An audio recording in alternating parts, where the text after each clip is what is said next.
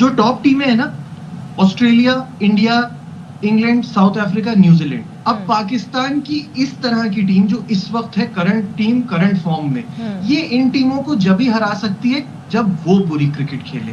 तो जवाब ये है कि इंडिया के खिलाफ अब हम सभी जीत सकते हैं जब इंडिया का बुरा दिन हो, इंडिया बहुत सारी गलतियां करे तो हमको कोई अपॉर्चुनिटी मिले, क्योंकि गलती एक नहीं है ना, गलतियां बहुत सारी हैं। सिलेक्शन अच्छी नहीं हुई, स्पिन आपका तगड़ा नहीं है, पार्ट टाइमर जो आपके स्पिनर्स हैं वो सिर्फ कंटेन कर सकते हैं, अपने ओवर निकाल सकते हैं, जिता नहीं सकते, विकेट टेकिंग एबिलिटी नहीं है, पेस पे आप हेविली रिलाई करते हैं, वो मार खाता है।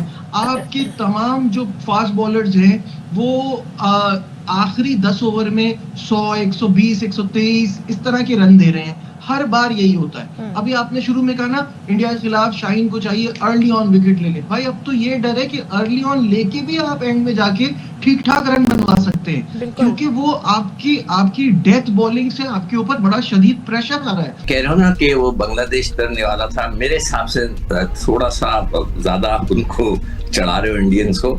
उन्होंने 46वें ओवर में बल्कि 47वें ओवर में जाके रन किए, ये सिर्फ 228 रन थे और इतने ज्यादा नहीं थे, उन्होंने 47th ओवर में किया है। और यहाँ पर हम देख रहे हैं कि पाकिस्तान के अंदर जो मैचेस हो रहे थे वो तो 300, 350, 330, 350 इस तरह के चल रहे हैं। तो एक तो पिच मुझे बहुत ही अजीब व गरीब सी लगी कि गेंद बैठ रही थी, नया बॉल ही जो है जमीन पे बैठ रहा था, विकेट कीपर तक नहीं पहुंच रहा था, कई दफा पे मैंने ये देखा, तो वो बड़ा डिसअपॉइंट कर रहा था मुझे कि भाई ये ऐसा नहीं होना चाहिए। और मतलब उसमें वाली बैटिंग वाली जैसे पाकिस्तान की पिचेस बनी हुई है ना, बड़ी जबरदस्त है और ऐसी ही बननी चाहिए जैसे पाकिस्तान। कहने का मतलब ये है कि वो जाहिर है इंडिया कहीं भी परेशान नहीं लगी, और बांग्लादेश में को ये क्रेडिट जरूर देना चाहिए कि उनका टॉप ऑर्डर बिल्कुल नाकाम हुआ और उसके बाद भी उन्होंने स्कोर कर लिया। 35 पे 5 हो गए थे जी, अंदाजा लगाइए, टॉप ऑर्डर, मिडिल ऑर्डर सभी बैठ गए थे और मतलब उसके बावजूद ये स्कोर खड़ा कर दिया। उन्होंने उस लड़के ने बहुत अच्छा खेला जो हरी डॉय और उसने और जाकिर उनको कहते हैं, प्रोनाउंस करते हैं, आई एम श्योर जाकिर होगा, तो जाकिर ने मिलके बड़ी अच्छी बहुत जबरदस्त किस्म का स्टैंड लगाया। अदरवाइज तो ये मैच मुझे लग रहा था कि 100 के अंदर जब वो हैट्रिक का कैच छूटा था उससे शर्मा साहब से, तो वो भी जिस तरह अपने आप को वो जो बातें सुना रहा था वो बहुत ही उसके चेहरे को दिखा रहे थे, उसके lips, you can do the lip reading, तो मैं तो समझा कि 100 में आउट हो गए, मगर उसके बाद उसने बड़ी जबरदस्त किस्म की पार्टनरशिप लगाई है और माशाल्लाह से दोनों टीमों ने, इसलिए मैं ये बता रहा हूँ कि इससे थोड़ा सा कॉन्फिडेंस आ रहा है कि जी कोई ऐसी कोई मतलब कोई वहां पर जो है कोई हवा नहीं है, और हम भी कर चुके हैं, हम भी कहते हैं कोई हवा नहीं है, और इसलिए हमारे लिए तो बिल्कुल नहीं होना चाहिए। We have done it in the past and we can do it again. जी सिकंदर। हाँ अब्दुल्ला, इसीलिए मैं बता रहा हूँ कि उन्होंने 47th ओवर में जाके स्कोर चेस किया, जबकि गिल बड़ा जबरदस्त खेल रहे थे। कैचेस माशाल्लाह से सबने छोड़े, कोई ऐसी नहीं है स्टंप छोड़े, कैचेस छोड़े, फील्डिंग में थी इसने ये नहीं कहे कि आपने बहुत ही जबरदस्त किस्म की उन्होंने परफॉर्मेंस दी है इंडियंस ने तो वो हम डरे, बिल्कुल नहीं। हम तो किसी हम अगर देते भी तो हमने नहीं डरना सो हमने तो नहीं डरना। अच्छा अब बात करते हैं सिकंदर जी, अब टीम तो खैर दुबई के लिए रवाना हो चुकी है, अब इमाम जो है वो भी ज्वाइन कर लेंगे। कल हमने वैसे इस पे बात की थी लेकिन क्या खबर ताजा आई थी उस टाइम, बिल्कुल, लेकिन अब जरा अपने तासुरात बताएं, इमाम being included in the squad. देखो हुमा अब्दुल्ला, जब टीम इनिशियली जब अनाउंस होती है तो जो टॉप के प्लेयर होते हैं आप उसको सेलेक्ट करते हैं, तो आपने उस्मान खान को एज ए ओपनर सेलेक्ट किया हुआ है, विकेट कीपर ओपनर, आप उसको खिलाएं। अगर आपने उसको नहीं खिलाया तो उसका क्या फायदा हुआ कि आपने जो पहली दफा टीम सेलेक्ट की आपने उसको सेलेक्ट कर लिया, अब जब बारी आ गई लड़के गिर गए, 2 ओपनर्स आपके पास नहीं है तो आप उसको नहीं खिलाएं।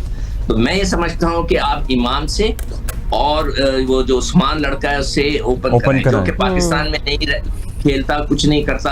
मैंने पहले भी आप लोगों से कहा है कि ये बहुत बड़ी डिसअपॉइंटमेंट है पाकिस्तान के उन लड़कों के लिए जो 3000 बच्चे खेल रहे हैं। वो मुझसे कहते रहते हैं कि हम यहाँ पे खेल रहे हैं और एक लड़का बाहर से आकर खेल रहा है जिसका कोई ताल्लुक नहीं है पाकिस्तान क्रिकेट से। खुद ऊपर आए एक क्योंकि और सिकंदर मैच की नौयत भी देखे ना, नहीं देखें सऊद अच्छी बैटिंग नहीं कर रहा ना, आप उसको ड्रॉप कर दें, उससे रन्स नहीं हो रहे, उसने 3 मैचों में कुछ भी नहीं किया, उसको आप ड्रॉप कर दें, आप उसको ले आए इमाम को, उसके साथ इस बच्चे को लेकर आ जाएं, लड़के को, जो बच्चा तो नहीं 31 साल का है, ये भी 30-31 का है, उस्मान को ओपन कराएं, 1 डाउन आपके बाबर आ जाएंगे, चौथे पर आपका रिजवान आएगा और नीचे फिर वो सारा कुछ चलता चला जाएगा। तो आप सिंपल रखें और जाके कोशिश करें, मगर देखें वो गलती जो पाकिस्तान ने की है वही बांग्लादेश ने की। वो कैसे कि यहाँ पे हो रही है चैंपियंस ट्रॉफी एक रोजा, वो लोग खेल कर आ रहे हैं सारी T20, उनकी लीग हो रही थी T20 की, उनको नहीं करना चाहिए था, उनको वनडे खेलना था। पाकिस्तान ने भी चैंपियंस ट्रॉफी से पहले चैंपियंस कप करवाया था, वो T20 का कराया। यानी कि मैं तो हैरान और परेशान हो जाता हूँ इन एडवाइजर्स पे जो मोहसिन नकवी साहब को ये गलत किस्म के एडवाइजेस देते हैं। एक रोजा मैच हो रहा है, खेल आप T20 रहे, हाउ कैन इट पॉसिबल?